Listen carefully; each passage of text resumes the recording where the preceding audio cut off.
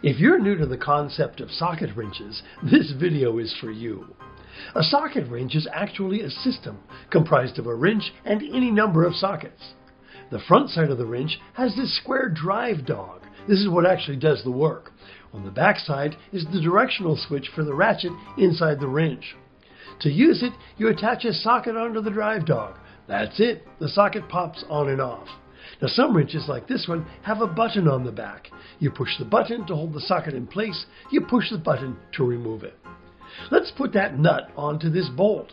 First, you start the nut in a clockwise direction onto the bolt, righty-tighty, so that you know that it's threaded properly. Select the socket that fits the nut, the socket size is always engraved on the side, and snap it onto the wrench. Put the wrench socket combination onto the nut and move the handle. The wrench is set in a clockwise direction so the nut is driving onto the bolt. There, the nut is secured.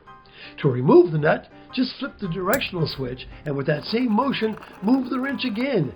Now the wrench is moving counterclockwise and the nut is removed from the bolt. That, in a nutshell, is how to use a socket wrench. Visit skippitywhistles.com for detailed information on how to use a socket wrench and much more.